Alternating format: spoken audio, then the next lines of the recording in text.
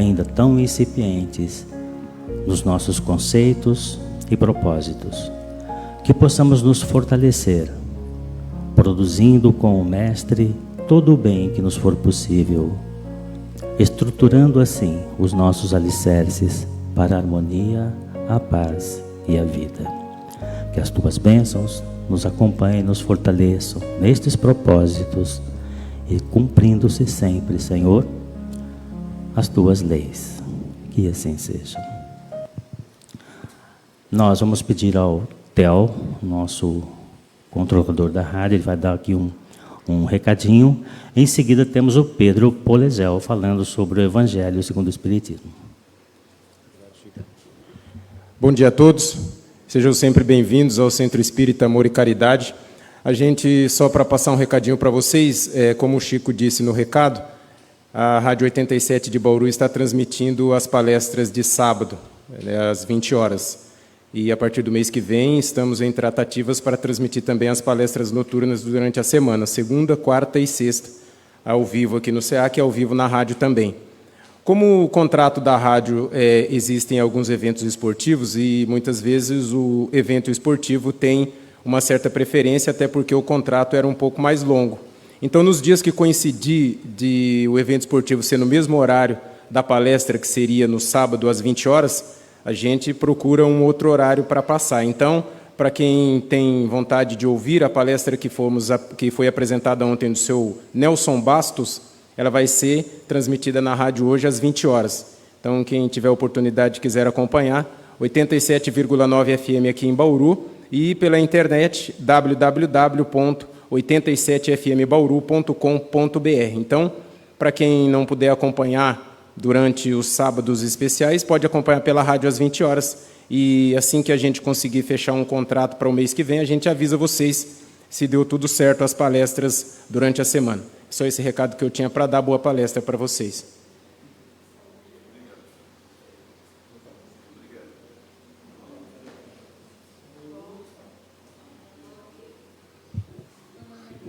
Bom dia. Deixa eu me ajeitar aqui, porque normalmente eu falo um pouquinho alto, e aí o microfone fica vibrando. Então, como o Chico já falou para vocês, eu vou falar sobre o Evangelho segundo o Espiritismo, capítulo 17, Sede Perfeitos. Por que eu escolhi esse capítulo para falar hoje? Porque durante a semana eu percebi que nós estamos ficando mais intolerantes, né? Então eu percebi que antes as pessoas escolhiam mais as palavras, tinham mais cuidado com o que comentavam e com o que falavam. e que hoje as pessoas estão perdendo esse verniz social. O verniz social é aquela educação que as pessoas têm de não ofender o outro, e que hoje as pessoas estão falando tudo o que pensam e tudo aquilo que sentem. Então, nós temos, por um lado, que isso é muito bom, porque, na realidade, a gente percebe exatamente aquilo que as pessoas estão sentindo e pensando. Mas, por outro lado, nós temos que está vindo à tona o pior do ser humano.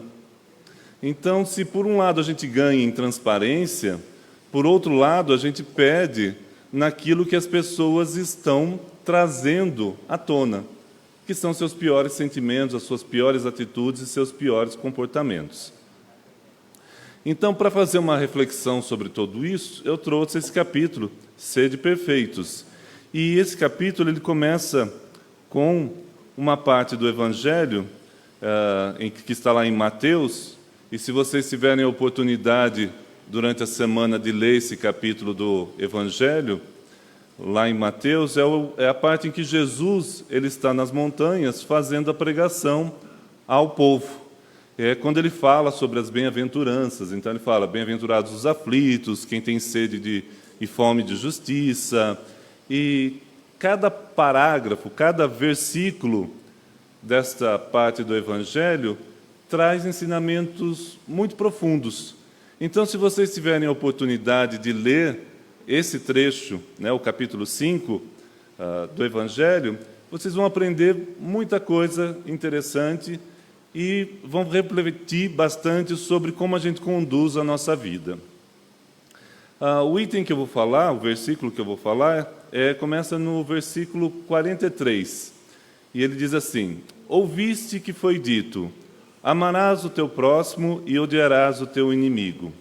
Se eu traduzir isso numa linguagem mais moderna, e se eu trazer isso para o nosso dia a dia, então é como se eu dissesse assim, é como se Jesus dissesse assim, escuta o que está acontecendo por aí, Amarás o teu próximo, quer dizer, você vai amar as pessoas que são próximas a você. Então você vai amar seus amigos e vai amar a sua família. Só que você vai odiar o seu inimigo.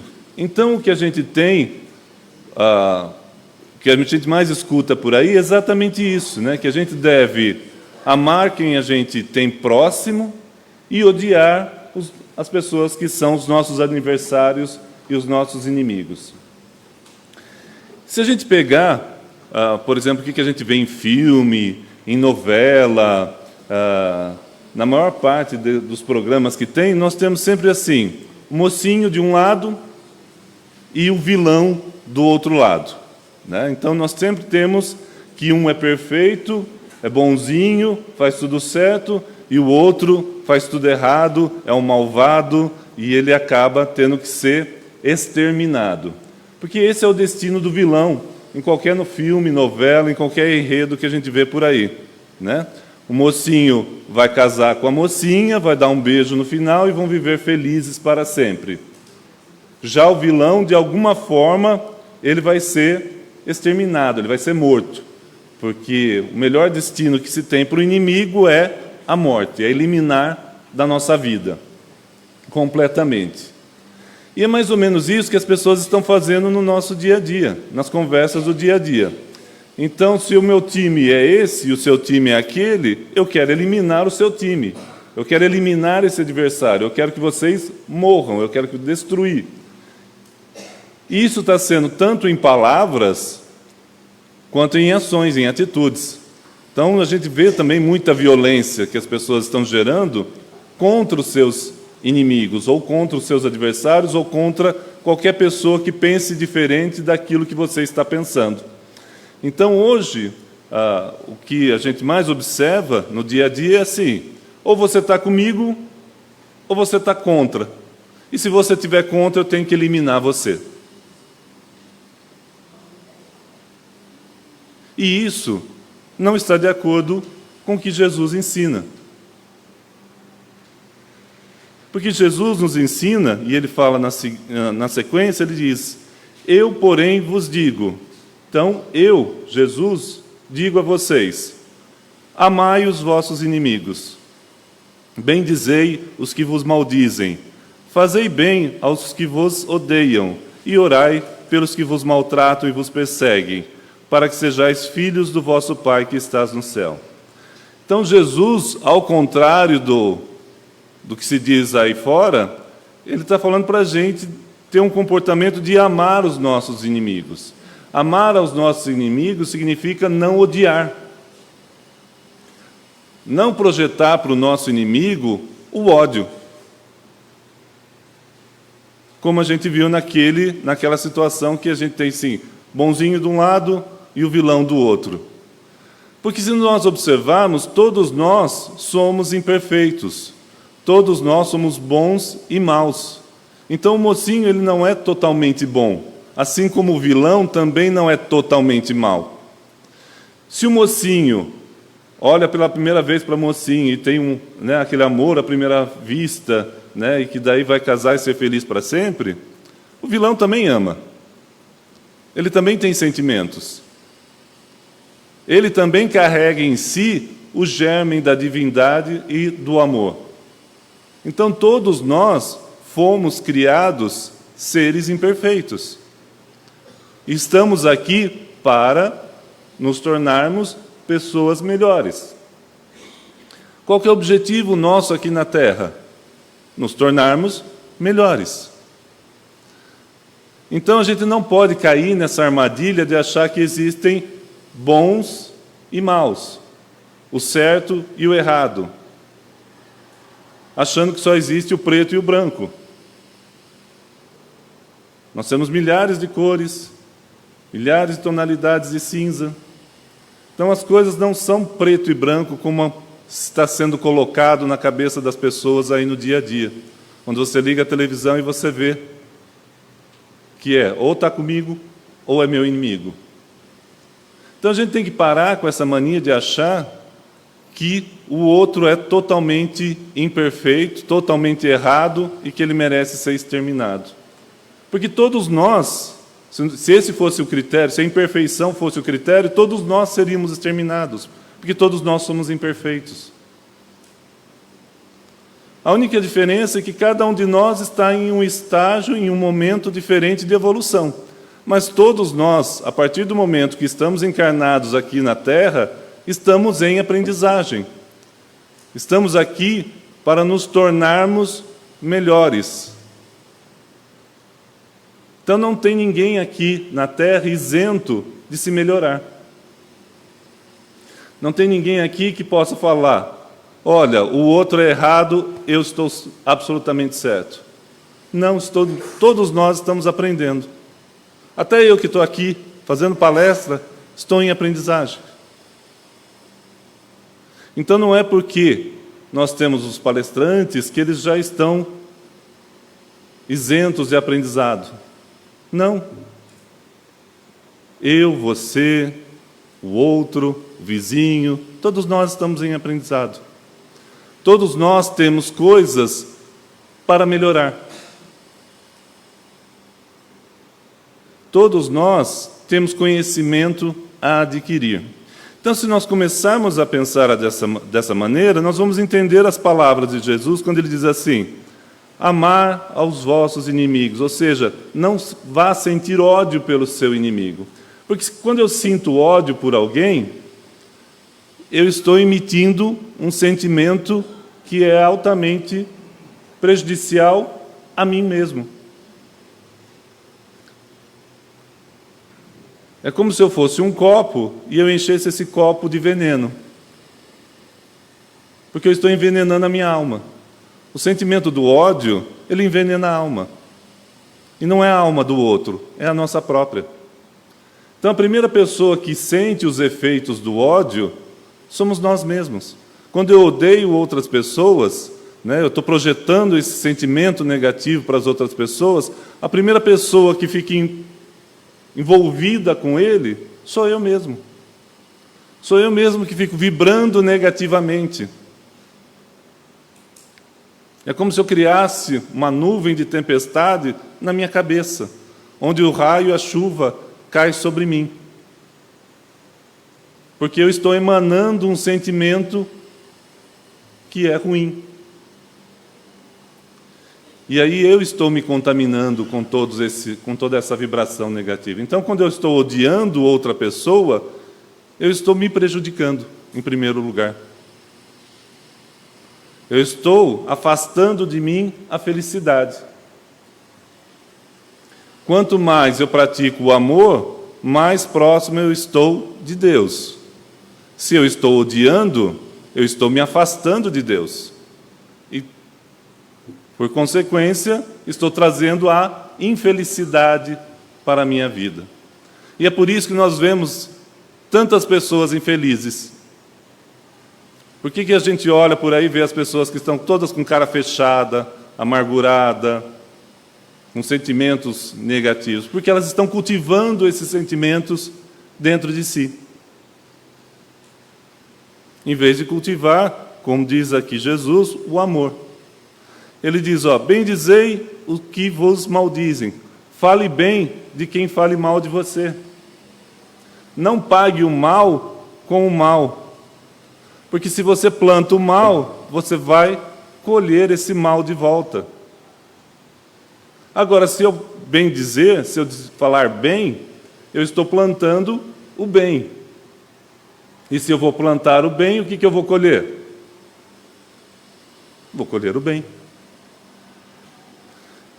Então, toda vez que eu pratico a bondade, ela retorna para mim.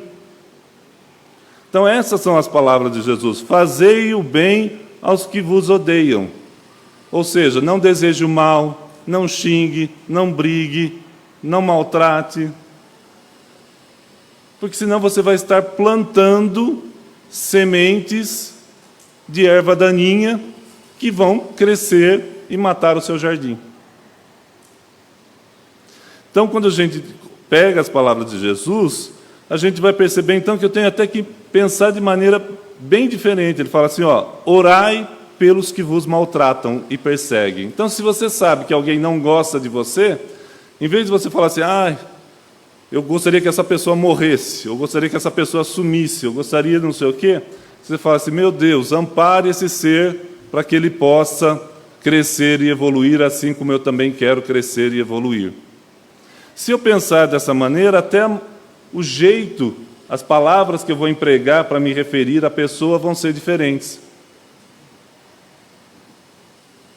Em vez de eu usar um palavrão ou de eu usar uma palavra pejorativa para me referir à pessoa, eu vou lembrar que ela é, antes de mais nada, um ser imperfeito, assim como eu sou, e devo então me referir a ela pensando que essa pessoa, que esse ser, possa se tornar melhor. Que o seu anjo da guarda o proteja e o ampare para que ele possa também se tornar uma pessoa melhor, assim como eu quero me tornar uma pessoa melhor. Então, se a gente começar a vigiar aquilo que está sentindo pelas pessoas e aquilo que a gente está falando em relação às outras pessoas, a gente começa a mudar tanto o que está sentindo, quanto como a gente fala e se refere às outras pessoas.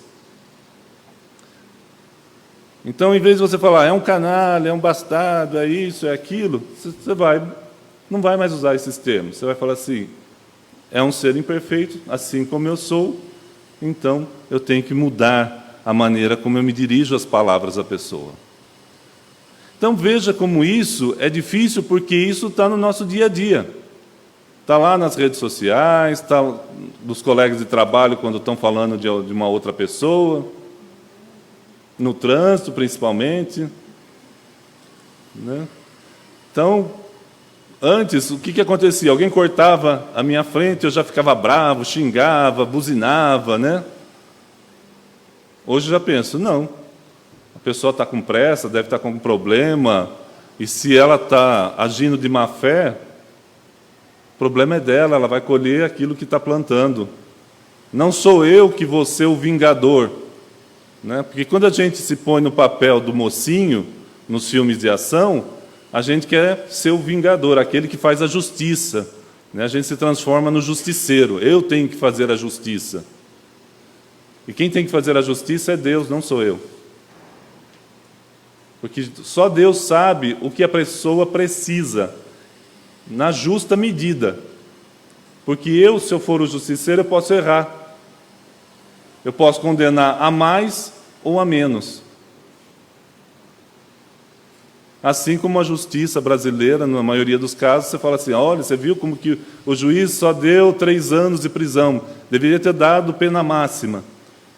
Porque a justiça dos homens é imperfeita. A de Deus não é. Então, quando eu ponho na mão de Deus que Ele faça a justiça, Ele vai saber exatamente a medida que deve ser aplicada e quando deve ser aplicado. Porque nós queremos a justiça que seja feita agora, no momento seguinte. Então, a pessoa errou, eu já quero que ela pague instantaneamente no momento seguinte. E não é assim que funciona. Então, prosseguindo lá no Evangelho de Mateus, nós temos ainda que Jesus fala assim, porque faz que o seu sol se levante sobre maus e bons, e a chuva desça sobre justos e injustos. Então, quando eu sou bom, quando eu pratico a bondade, eu me torno um sol que se levanta sobre maus e justos. Ou seja, a minha alma brilha.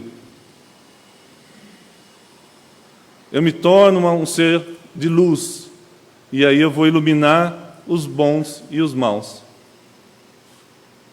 Então, mais do que me preocupar com o que o outro está fazendo, acertando ou errando, eu tenho que me preocupar se eu estou acertando ou errando. E procurar acertar, porque a partir do momento que eu começo a praticar a bondade, eu me torno um ser de luz. Eu sou como a chuva que vai descer sobre os justos e os injustos. Ou seja, eu vou praticar a lei de Jesus, que é do amor a Deus e ao próximo. E continuando, ele fala ainda, pois se amardes os que vos amam, que galardão tereis? Não fazem os publicanos também o mesmo? Se a gente traduzir para uma linguagem mais do nosso dia a dia, a gente fala assim, se eu amar só quem me ama, que prêmio eu ganho com isso? Não fazem os publicanos, os coletores de impostos, se eu quiser traduzir, não fazem os políticos também o mesmo?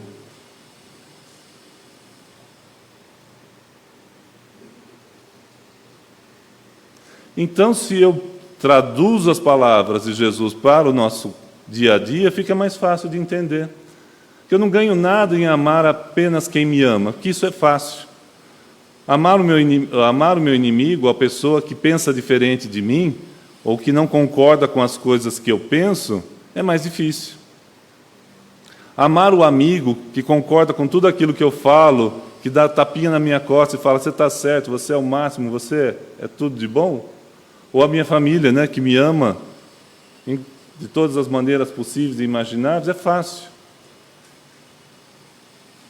Difícil é com quem pensa diferente.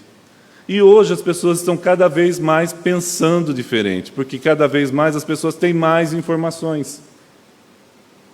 Se essas informações são certas ou erradas, não é o momento da gente julgar, mas é de avaliar que as pessoas têm pontos de vista diferentes, que elas pensam de maneiras diferentes, que elas estão em estágios evolutivos diferentes. Então, eu não posso brigar com todo mundo que for pensar diferente de mim. E continuando, ele fala assim, e se saudardes unicamente os vossos irmãos, que fazeis demais? Não fazem os publicanos também assim?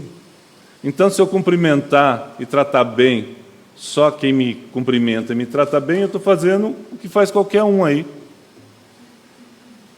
Difícil é a gente cumprimentar e ter cordialidade de quem a gente não gosta. Daquele colega de trabalho que é difícil, daquele chefe que é autoritário, daquele familiar que é tóxico. Então, a dificuldade está justamente aí, em você manter a serenidade com aquelas pessoas que são difíceis, que são autoritárias, que são reclamonas, que são briguentas. Com quem é só abraço e sorriso é fácil. Difícil é a gente lidar com as pessoas que são difíceis. E eu garanto para você, todos nós temos pessoas difíceis para lidar. Porque a nossa missão aqui na Terra é justamente essa: aprender a lidar com as pessoas que são mais difíceis e são diferentes. Por isso que as pessoas são tão diferentes umas das outras. Justamente que nessa mistura a gente acaba aprimorando as nossas qualidades. E por fim, Jesus termina dizendo: sede vós, pois, perfeitos, como é perfeito o vosso Pai que estás no céu. Então ele diz: seja perfeito você, não se preocupe com o outro. Deixa que o outro vai responder porque ele faz ou deixa de fazer. Você tem que se preocupar com você.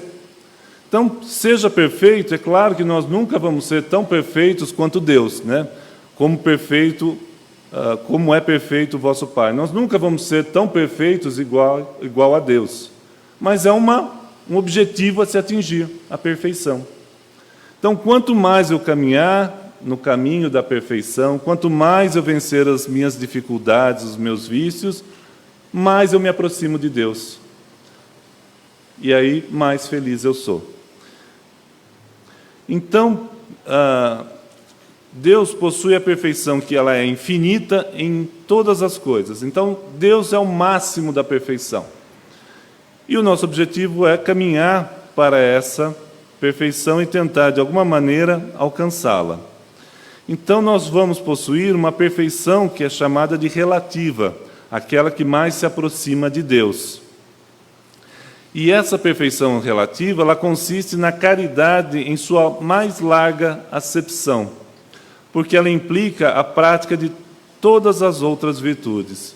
Então, caridade não é apenas dar dinheiro, fazer um trabalho voluntário, fazer distribuir sopa, distribuir agasalho, mas caridade, na sua mais larga acepção, é também a caridade de palavras.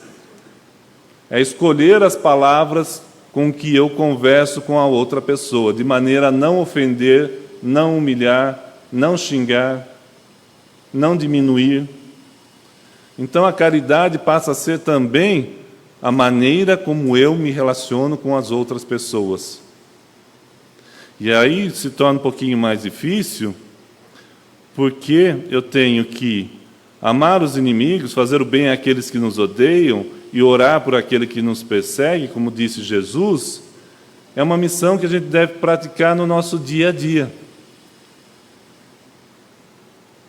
Porque eu vou entender que esse inimigo é qualquer pessoa. Qualquer pessoa que traga qualquer contrariedade para mim, eu já posso entendê-la como meu inimigo. E com ela eu devo usar de palavras melhores. Então, nós temos que lembrar que todos os vícios, as imperfeições, elas têm origem no egoísmo e no orgulho. Então, por que eu fico tão bravo quando alguma pessoa fala alguma coisa ou ela pensa alguma coisa diferente de mim? Por que aquilo me incomoda tanto? Porque aquilo vai ferir o meu egoísmo, a minha vaidade, o meu orgulho. Então, de alguma maneira, o meu inimigo ele acaba sendo um espelho daquilo que eu preciso melhorar em mim. Porque ele está sinalizando exatamente aquilo que me incomoda. Então, aquilo que me incomoda nas outras pessoas é algo que eu tenho que trabalhar. Porque lá está refletido alguma coisa que eu não estou sabendo lidar. Então, tudo aquilo que superexcita o sentimento da personalidade, ou seja, tudo aquilo que promove o nosso ego, quando você fala assim, você é lindo, você é maravilhoso, você é o máximo, a gente está inflando o ego da pessoa. Então, tudo aquilo que infla o nosso ego, destrói, ou pelo menos enfraquece, os elementos da verdadeira caridade, que são a benevolência, a indulgência, a abnegação e o devotamento. Então, quanto mais eu vou inflando o meu ego, achando que eu sou o melhor, que eu sou superior, que eu sou o máximo, menos eu deixo de praticar a verdadeira caridade, que é todas essas palavras que estão aí. Vocês entendem o que é benevolência, indulgência, abnegação e devotamento? Vocês têm claro isso? Porque às vezes a gente fala todas essas palavras e a gente não tem muito claro o que elas significam. Então, para a gente deixar bem claro, para não ter dúvida, eu vou colocar aqui, então, o que é ser benevolente?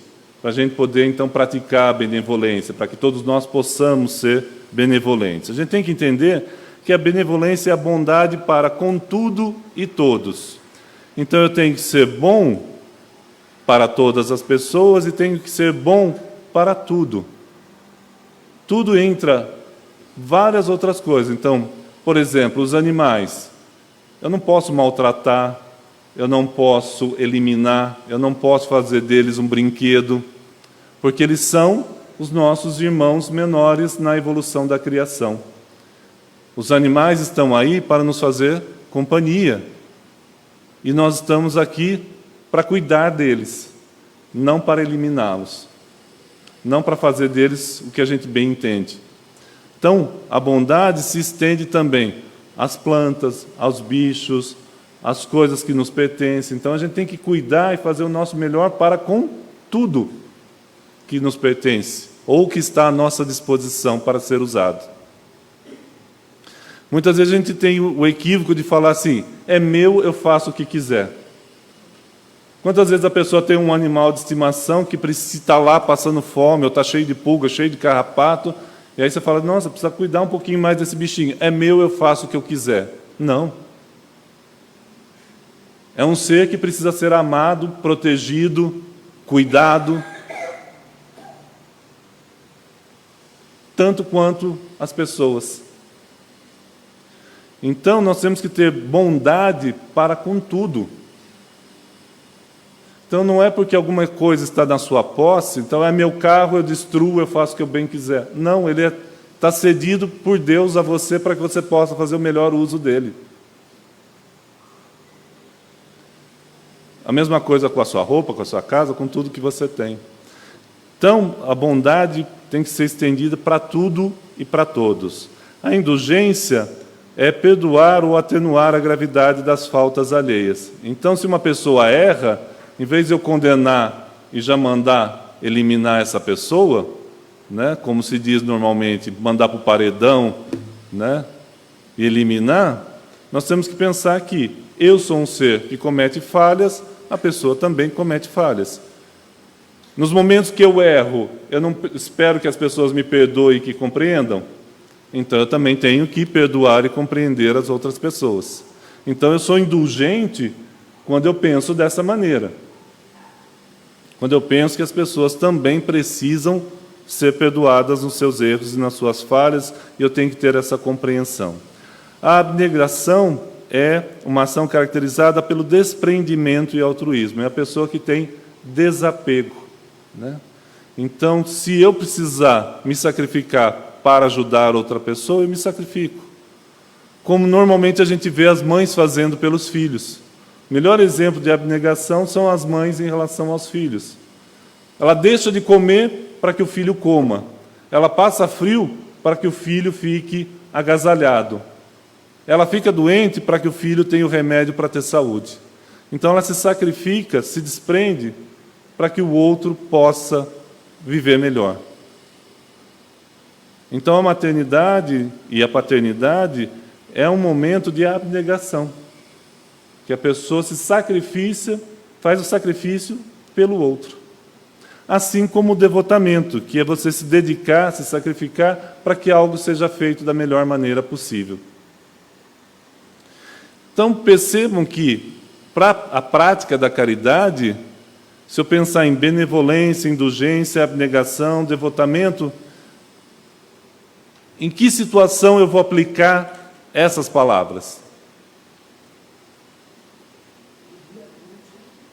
Na relação do dia a dia com as outras pessoas. Então não é aquele momento da sopa, não é aquele momento lá no hospital de distribuir o pão, né? Não é vir aqui assistir a palestra e tomar o passe, né? Então essa caridade ela é praticada quando você acorda até a hora de você dormir. Por isso que Jesus sempre pede que a gente haja nessa caridade de maneira tão ampla, porque ela é difícil de ser realizada. Porque normalmente a gente se deixa levar pelos nossos vícios, pelas nossas paixões, pelas nossas más tendências. Então, quando nós temos lá, né, uma parte de... Está lá no Evangelho segundo o Espiritismo, no capítulo 2, né? Quando se fala assim, que para se ir ao reino de Deus é preciso abnegação, humildade, caridade em toda a sua prática celeste, a benevolência para com todos. Não se vos pergunta o que fostes, que posição ocupastes, mas o bem que haveis feito, as lágrimas que enxugastes. Então, se a gente quer um lugar melhor na vida futura, nós temos que começar a fazer a prática aqui mesmo. Porque a felicidade já vai ocorrer aqui mesmo. Porque as várias moradas que existem, né, os vários paraísos que existem, eles começam até mesmo aqui na própria Terra, quando eu mudo a maneira de pensar e de atuar. Então, eu vou falar agora sobre o homem de bem. Vou até tomar um golinho de água, porque esse assunto é complicado. Atualmente, a gente ouve na mídia que fulano é um homem de bem, que ciclano é um homem de bem, uma mulher de bem, né? Então, o que significa ser uma pessoa de bem? Se a gente for pensar no que tem por aí, né? Pensar assim, o que a gente ouve por aí, né? Então, vamos fazer igual a gente fez lá atrás, né, no Evangelho de Mateus. Então, se a gente pensar o que a gente ouve na rua, e quando se refere a um cidadão de bem, normalmente se pensa numa pessoa que paga suas contas, que trabalha, né, uma pessoa que leva a sua vida aí fazendo tudo certinho no sentido, né, de trabalhar, pagar as contas e tudo mais. É isso que as pessoas entendem como um cidadão de bem. Mas será que cidadão de bem, né, o homem de bem, é isso? Porque senão a gente cai numa armadilha, achando que só fazer a minha obrigação, que é pagar as contas em dia, eu já sou um cidadão de bem e que já estou com o paraíso garantido. Eu pago as minhas contas em dia, então eu sou um cidadão de bem, então não preciso me preocupar com mais nada. Se a gente cair nessa armadilha, a gente começa então a julgar as outras pessoas, aí a gente fala, você viu o que fulano falou? Você viu o que fulano fez? Você viu como que fulano se comporta? A gente se dá o direito de começar a julgar as outras pessoas e avaliar o que as pessoas fazem ou deixam de fazer. Porque, na realidade, eu estou falando assim, eu pago as minhas contas, então eu sou cidadão de bem e eu tenho o privilégio de poder olhar as outras pessoas por cima e julgar a vida das outras pessoas. Só que, na realidade, para nós, principalmente espíritas, ser um homem de bem significa uma mudança de comportamento e de atitude. Significa praticar o bem em todos os momentos possíveis. Então, o verdadeiro homem de bem é aquele que pratica a lei de justiça, de amor e de caridade na sua maior pureza. Que é exatamente aquilo que a gente estava falando, da benevolência, da bondade, da indulgência. Então, eu não vou fazer ao outro aquilo que eu não gostaria que fosse feito para mim. E eu vou fazer o meu melhor sempre que eu tiver a oportunidade. Que essas são as duas máximas de Jesus. Amar a Deus, fazer o seu melhor, e amar ao próximo como a ti mesmo. Ou seja, não faz para o outro aquilo que você não quer que faça para você. Então, o homem de bem, ele vai interrogar a sua consciência sobre os atos realizados. Então, chega lá à noite, na hora que eu colocar a cabeça no travesseiro, eu vou pensar, como é que foi o meu dia hoje? Será que eu violei alguma dessas leis? Será que em algum momento eu fiz o mal para alguém? Será que tem alguém que tem alguma coisa a reclamar de mim? Será que eu fiz para o outro tudo aquilo que eu gostaria que tivesse sido feito para mim? Então eu começo a pensar e refletir como é que foram as minhas atitudes no dia a dia. O homem cheio do sentimento de caridade, de amor ao próximo, faz o bem pelo bem, sem esperança de retribuição, e sacrifica o seu interesse e a justiça. Então, o homem de bem, ele pratica o bem pelo bem, porque ele sabe que aquilo é o melhor a ser feito, e não porque ele vai ganhar alguma coisa com isso. Então, eu não vou ajudar você porque você vai me ajudar lá na frente. Ou eu não vou emprestar o dinheiro para você porque eu estou esperando receber esse dinheiro de volta. Eu começo a fazer as coisas sem pensar na troca. Quantas pessoas eu não atendo aqui no atendimento fraterno que vem assim, eu ajudei fulano, eu dei dinheiro, eu ajudei com comida, com roupa, e agora a pessoa é ingrato e nem olha na minha cara e nem me agradece. Nem está de joelhos me beijando a minha mão. Porque é isso que as pessoas esperam. A partir do momento que você ajuda uma outra pessoa, você quer que o outro se torne seu escravo e fique beijando a sua mão.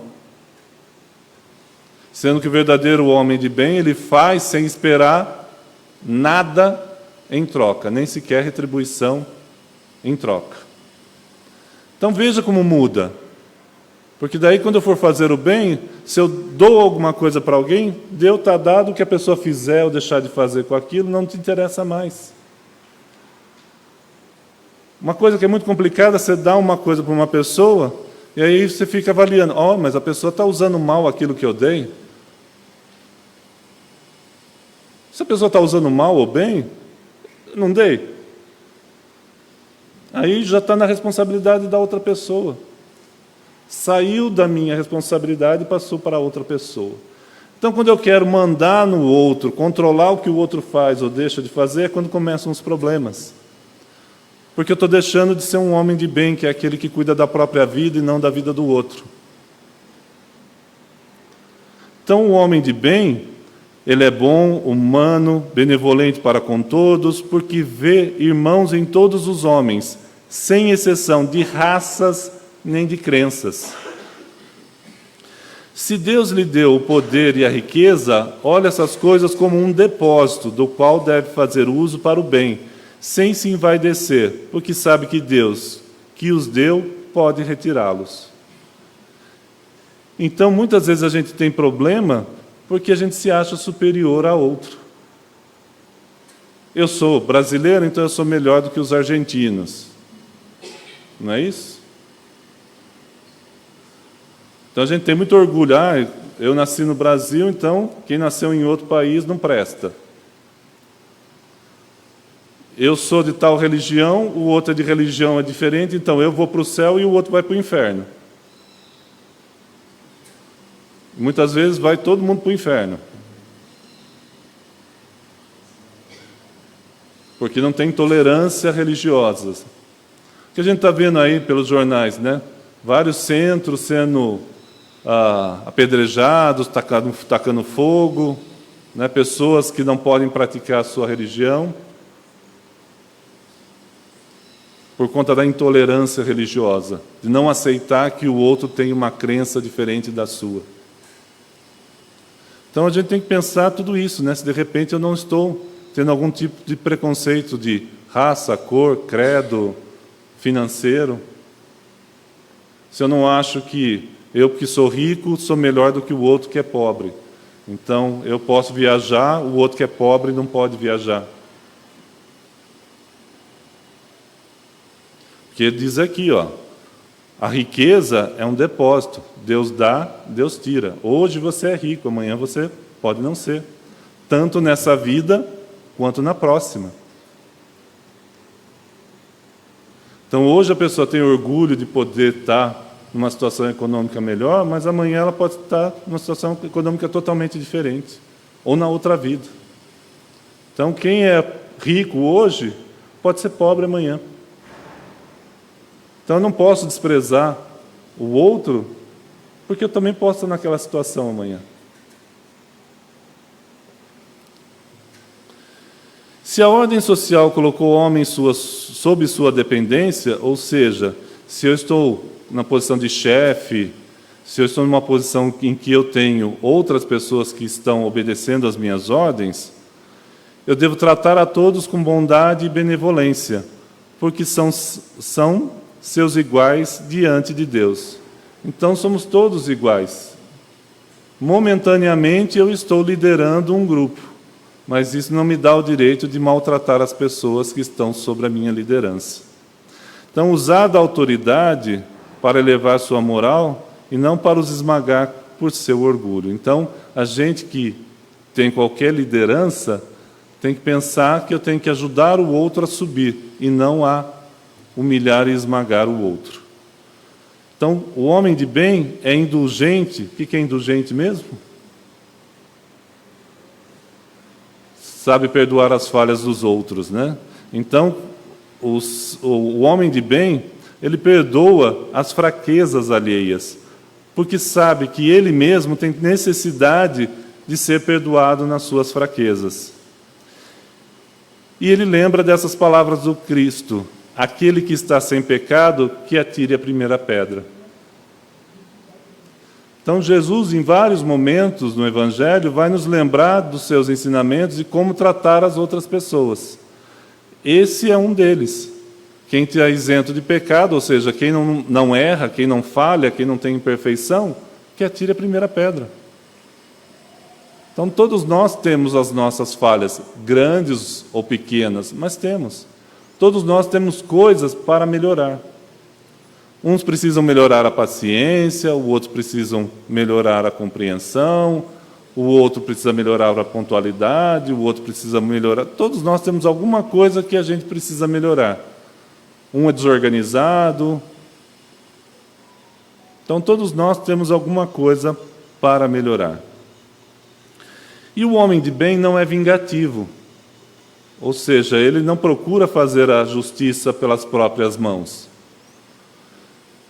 A exemplo de Jesus, perdoa as ofensas para não se recordar senão dos benefícios, porque sabe que lhe será perdoado como ele próprio tiver perdoado, que é que está na prece que a gente faz, quando a gente fala lá, o Pai Nosso, a gente fala: perdoa assim como eu, preciso desse perdão.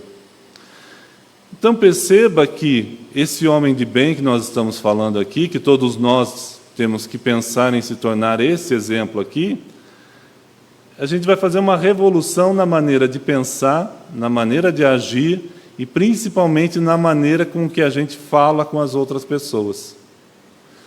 Então hoje, o que eu gostaria que vocês pensassem e principalmente chegasse no final do dia, como é que eu falei com as pessoas? Eu fui rude? Eu fui autoritário?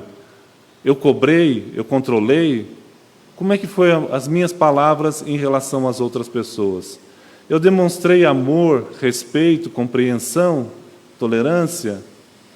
Ou não? Porque daí eu estou começando a entrar no que o Espiritismo pede de nós, que é essa reforma íntima. A reforma íntima, tão falada reforma íntima, nada mais é do que rever a maneira como eu me relaciono com as outras pessoas.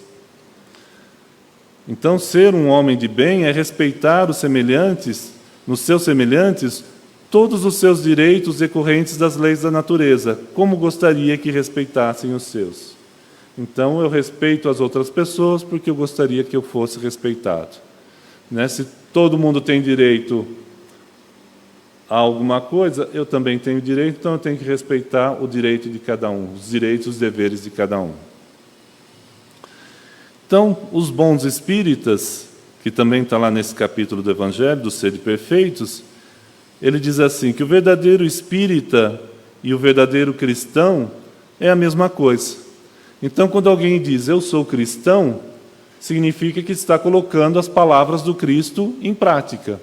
E quais são essas palavras do Cristo? Amar a Deus e amar ao próximo. Então, a gente reconhece um verdadeiro cristão, ou um verdadeiro espírita, quando a pessoa procura, a cada momento, se tornar uma pessoa melhor. Quando ela se esforça pela prática do bem. O Espiritismo não criou nenhuma moral nova. A moral que nós seguimos é a moral do Cristo. Os ensinamentos do Cristo, porque nós entendemos que Cristo é o ser mais evoluído que veio à Terra e que Ele nos trouxe orientações de como viver com as outras pessoas. Então, se nós seguirmos as orientações que Jesus passou, nós vamos ser felizes e vamos atingir a perfeição. Então, o Espiritismo veio para facilitar a prática da moral do Cristo, ou seja, a prática do bem. Então, o que nós estamos fazendo aqui nesse momento é nos lembrar daquilo que a gente precisa fazer, que é a prática do bem, em todos os momentos, que normalmente a gente esquece na correria do dia a dia, porque a gente tem um apego às coisas materiais. Então, o que acontece? A gente está preocupado em pagar conta, em resolver isso, em resolver aquilo. Então, a gente se apega às dificuldades do dia a dia, aos problemas do dia a dia, e esquece de fazer essa reflexão de ver como é que eu estou lidando com as coisas. Se eu não estou deixando de me envolver pelas questões erradas. Porque, naturalmente, o que acontece? Eu vejo um xingando, vejo o outro xingando, eu xingo também. Eu vejo um errando, vejo o outro errando, eu erro também. Em vez de falar, opa, peraí, ele errou, o outro errou, mas eu também não posso fazer desse jeito. Eu tenho que ser, diferente. Tenho que pensar diferente. Então, por isso que nós estamos aqui, para ver, se a gente consegue aplicar. Então, por que os espíritas não aplicam a moral de Jesus a si mesmos? Uma pergunta que, inclusive, está lá no Evangelho. Então, por que nós não conseguimos aplicar a moral de Jesus em nós mesmos? Será que é por falta de precisão da doutrina? Será que a doutrina é muito difícil de entender? Será que eu preciso ter uma inteligência muito grande para entender? Ele vai dizer que não. Porque a doutrina espírita não contém nem alegorias, nem figuras que possam dar lugar a falsas interpretações. A doutrina é bem clara no como a gente deve proceder. A doutrina espírita, ela tem por essência a clareza, e ela vai direto à nossa inteligência. Então, qualquer pessoa pode entender e compreender. Basta querer.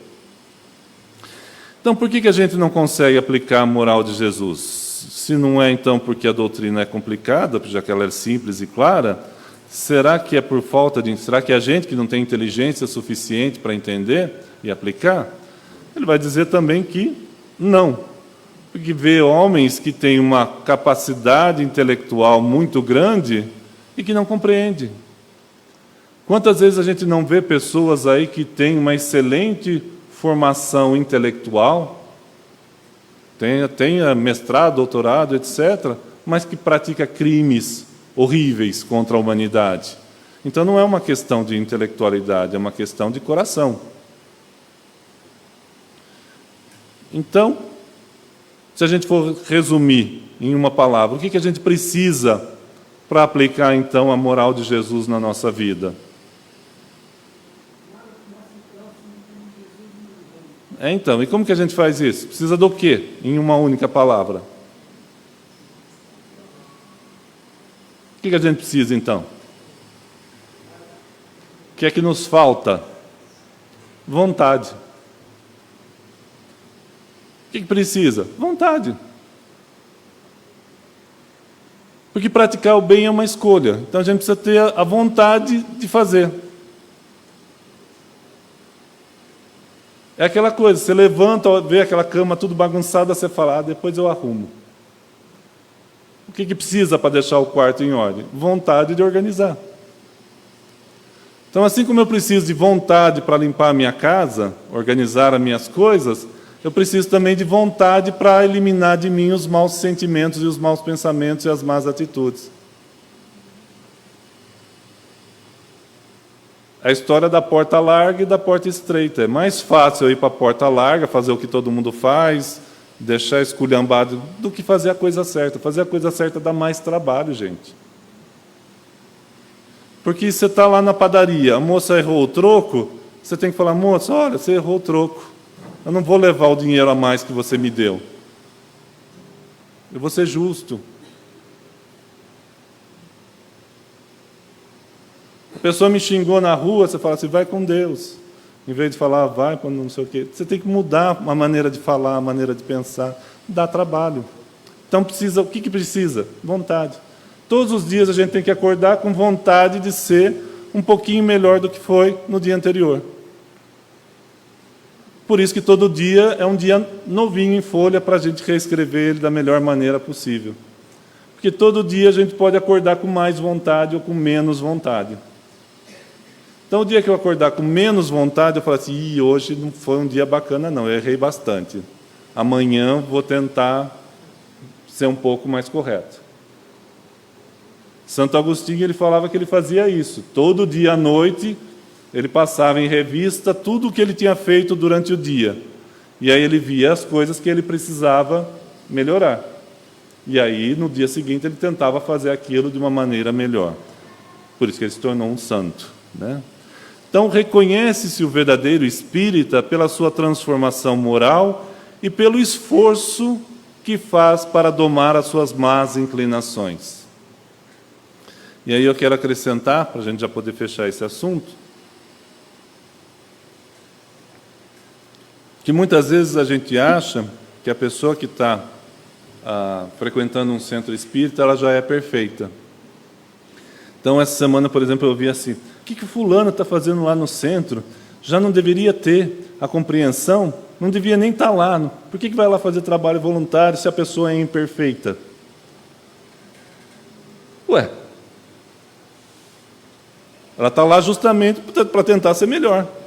Está lá justamente para lembrar que todo dia tem que ser um pouquinho melhor.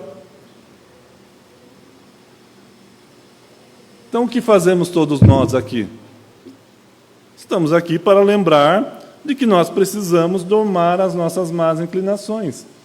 Não tem ninguém aqui que é perfeito. Todos nós temos alguma coisa para melhorar. Seja o atendente, seja o entrevistador, seja o palestrante, você que está sentado aí, a pessoa que está lá atendendo lá embaixo, na recepção, na biblioteca.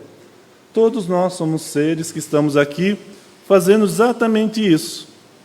Buscando a nossa transformação moral, que às vezes a gente consegue, às vezes a gente erra, mas a gente tem que se esforçar para ser melhor. E é isso que a gente tem que guardar como mensagem do dia de hoje, do sede perfeitos, né? Que eu vou, então, tentar buscar em mim essa vontade no dia a dia.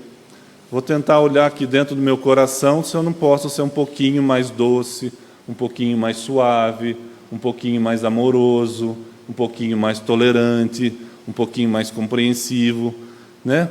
Será que eu não consigo, dentro do meu coração, ser um pouquinho melhor? Né? Despertar em mim um pouquinho de sentimentos que sejam mais suaves? Será que eu consigo levar a vida de maneira um pouquinho mais suave? E vai começar hoje mesmo, na hora que você chegar em casa e um filho te der uma resposta atravessada e você não vai dar um sopetão na orelha dele. Ou o marido te falar alguma coisa e você não vai brigar com ele, não vai xingar. Porque você vai falar assim, não, meu amorzinho, você está equivocado. Veja bem, pode ser de outra maneira. Não pense em vocês que vai começar lá no fim da tarde, não. Assim que vocês levantarem dessa cadeira, as coisas já vai começar. Você vai levantar, o outro vai pisar no seu pé, você vai querer dar uma cotovelada nele, não vai.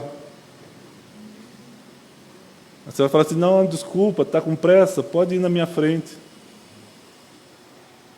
Então a gente já vai começar pensando em como ser, né, como a gente vai conseguir vencer então as nossas más inclinações. E aí, só para fechar, né, eu trouxe a questão dos livros dos Espíritos, que ele fala assim, por que sinais se pode reconhecer num homem o progresso real que deve elevar o seu espírito na hierarquia espírita? Então, o espírito prova a sua elevação quando todos os atos da sua vida corporal são a prática da lei de Deus. E a prática da lei de Deus é o amor. Amar, no sentido de fazer o seu melhor, sempre, e não fazer ao outro aquilo que você não gostaria que fizesse a você. Então, quando a gente compreende isso, e compreende também, por antecipação, a vida espiritual, que a vida espiritual não começa quando eu for para o lado de lá, ela já começa quando eu estou aqui mesmo, né? Começa já no nosso dia a dia e em todas as nossas atitudes. Então, com essa questão eu encerro a minha apresentação de hoje e espero que cada um de nós ponha essa sementinha aí do amor dentro do coração para tentar ser um pouquinho melhor em cada dia. E que Deus nos ampare nessa missão. Que assim seja. Vamos lá com a prece do Chico agora. Obrigado, Chico.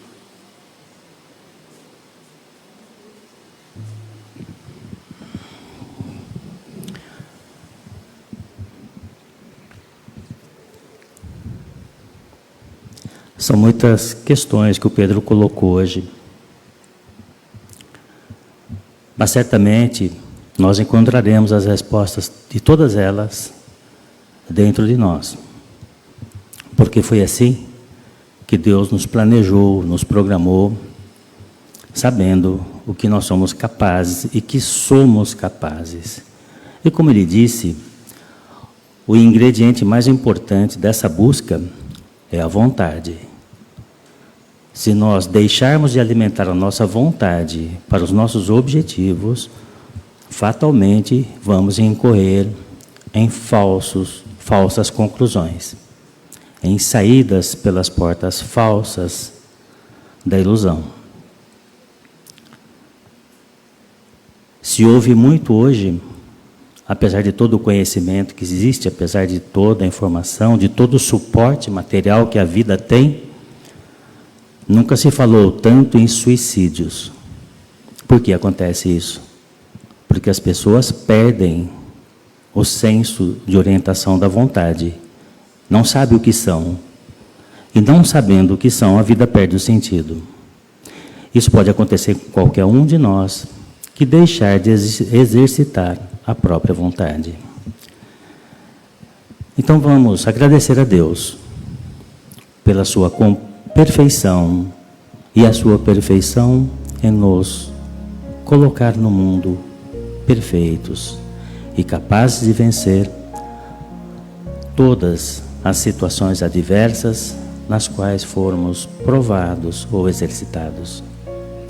E que possamos, Senhor, vencendo as nossas dificuldades, ser sempre benevolentes, sem ser coniventes. Ser capazes de amar, sem julgar. Capazes de caminhar juntos, sem cobrar. Capazes de vivenciar, Senhor, as coisas que falamos, sem orgulho. E de servir indistintamente, por amor, sem nenhuma espera de favor ou troca. E assim, vencendo as nossas imperfeições, Senhor, compreender a nossa realidade divina e seguir adiante, como é o nosso destino na Tua vontade. E que a Tua paz permaneça conosco, Senhor, sempre, no cumprimento das Tuas leis, eternas e perfeitas. E que assim seja. Na sequência nós teremos os passos, nós convidamos então os voluntários a comparecerem nessa